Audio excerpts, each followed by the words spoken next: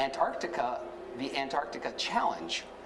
And Mark is one of the last people to actually film Antarctica. Mark, tell us about what made you go to Antarctica.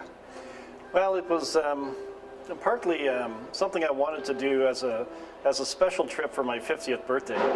But also, more importantly, I've done a lot of environmental documentaries. I've traveled the world. I've been to a lot of exotic locations. And I've been on every continent on Earth except Antarctica. So what I was looking for is a particular kind of story that would bring me there. And what I found was International Polar Year was taking place. That was a call to the world scientific community to study climate change down in the South Pole and the North Pole. So there was an awful lot of interest in stories coming out of the Arctic because that's reasonably accessible.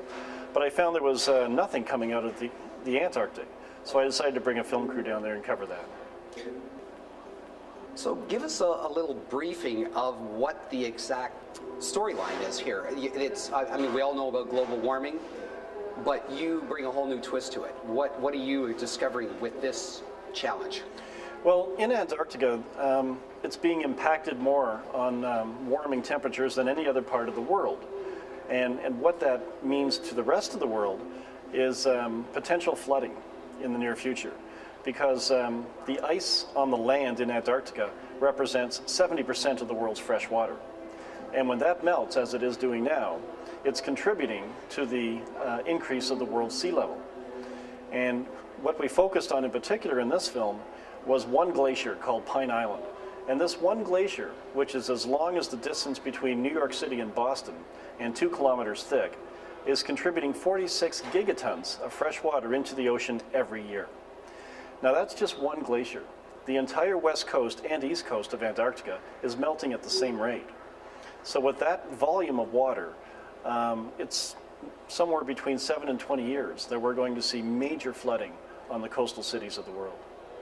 Now, it isn't just the land masses you're talking about here. You're talking about the impact of the penguins, the whales, the land itself is now got actual animals.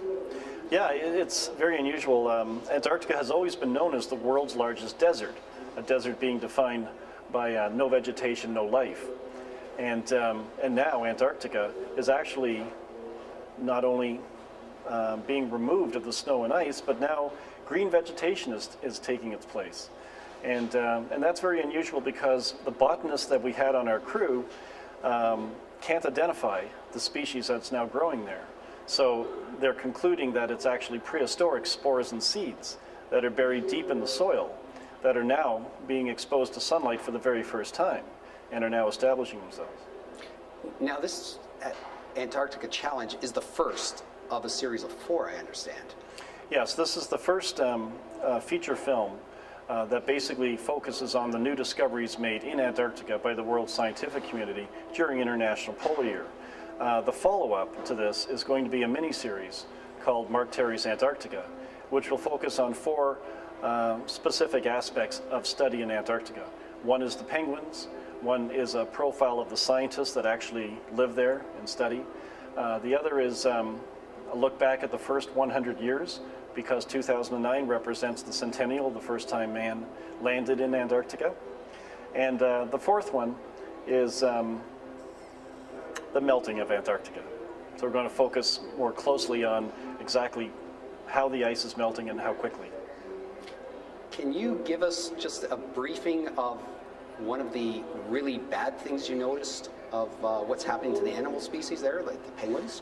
Yeah, one of the big problems that's becoming increasingly severe is a behavior trend that a lot of the ornithologists there are calling penguin suicide. These are where individual penguins are leaving the colony and walking deep into the continent, never to return. Now this is very unusual behavior for a penguin to simply walk away from their colony to begin with.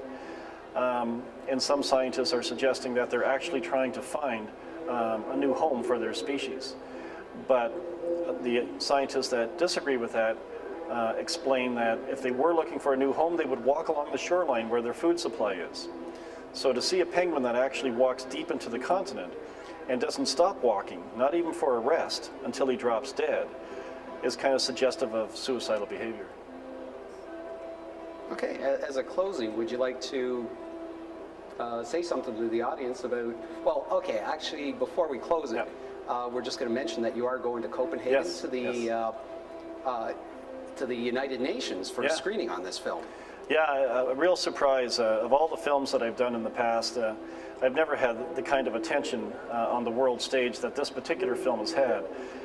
The United Nations specifically gave me a call and invited this film to screen at the Climate Change Conference in Copenhagen taking place this December. It is the only film invited by the United Nations, and mainly because it's the only film that gives new data on climate change out of Antarctica.